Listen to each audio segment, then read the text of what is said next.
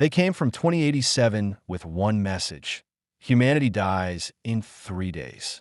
And somehow, Rebecca knew they weren't here to save anyone. Her hand shook as she entered the override code. Her phone buzzed. Security breach detected. The travelers had found her. 90 minutes until they reached her.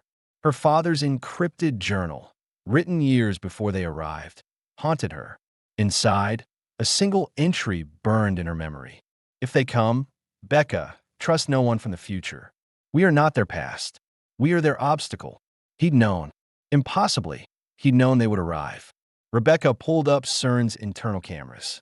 The travelers moved through the quantum labs, like ghosts who'd walked these halls 1,000 times before. Because they had, in their timeline, they knew every door, every lock, every system. That's when she saw the photograph on her desk. Her father's face flickered, present in one frame, gone in the next.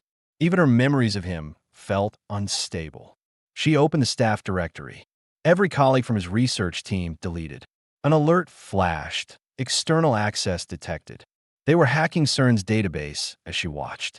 As the hour mark approached, Rebecca cross-checked her father's equations against the travelers' correction plans. Her breath caught. They weren't fixing history. They were overwriting it, erasing people, replacing events. Everyone who'd worked on timeline divergence theory was being systematically removed. The travelers weren't from humanity's future. They were from a parallel evolutionary branch. Homo superior, a split that would occur in the next century. They viewed baseline humans the way humans viewed Neanderthals. They weren't saving this timeline. They were absorbing it, upgrading software by deleting the old version. Her stomach twisted. It wasn't extinction by war, but by deletion. Her screen flashed red. The travelers were closing in. She opened the quantum stabilizer interface. Her father's obsession before he vanished. His notes were meticulous, every margin filled with formulas that defied protocol. If she overloaded the stabilizer at the exact moment the travelers made their next intervention, she could collapse the temporal bridge, trap them here forever. But the equations didn't lie about the cost. To sever the bridge, she needed a paradox anchor, a consciousness existing in both timelines at once, someone who remembered both versions of reality. Her father had tried to become that anchor. That's why they'd erased him. But they'd missed one thing.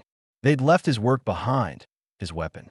Now Rebecca was the only person who could see both timelines bleeding together. The only one who remembered the deleted. The only one who understood what the travelers really were. She was the paradox.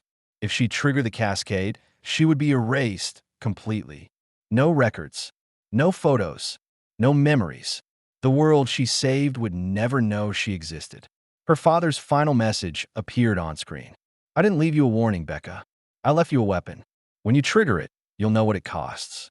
I'm sorry I won't be there to hold your hand. But some battles are worth becoming ghosts for. Tears blurred her vision. A ghost reaching back through time had armed her for a war no one would remember. She began entering commands.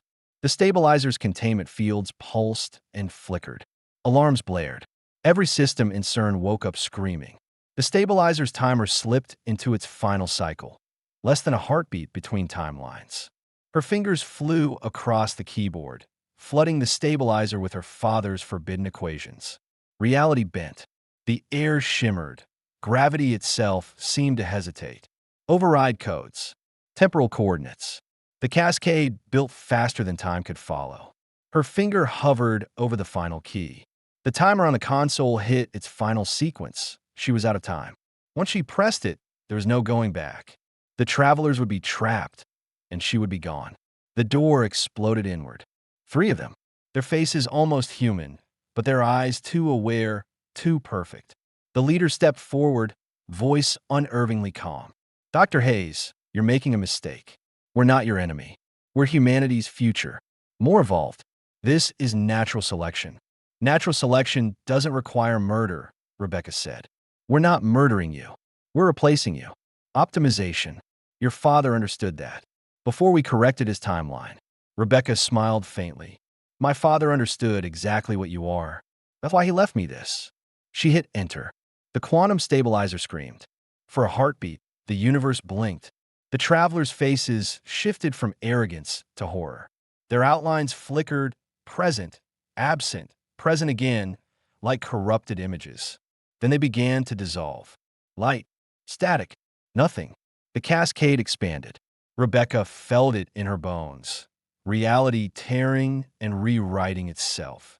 The travelers vanished. The bridge collapsed, and so did she.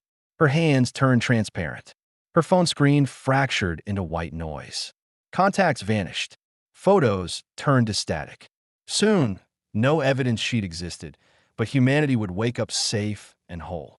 Rebecca's last thought was of her father. Somewhere in a timeline that no longer existed, he was telling her, some battles are worth becoming ghosts for. She believed him then. She believed him now. The alarms fell silent. CERN's Lab 7 stood empty. The stabilizer hummed softly, as if nothing had happened. Humanity continued, unaware it owed its existence to a ghost. And in the space between timelines, a father and daughter lingered as equations. A warning, a weapon, and a memory no one would ever recall.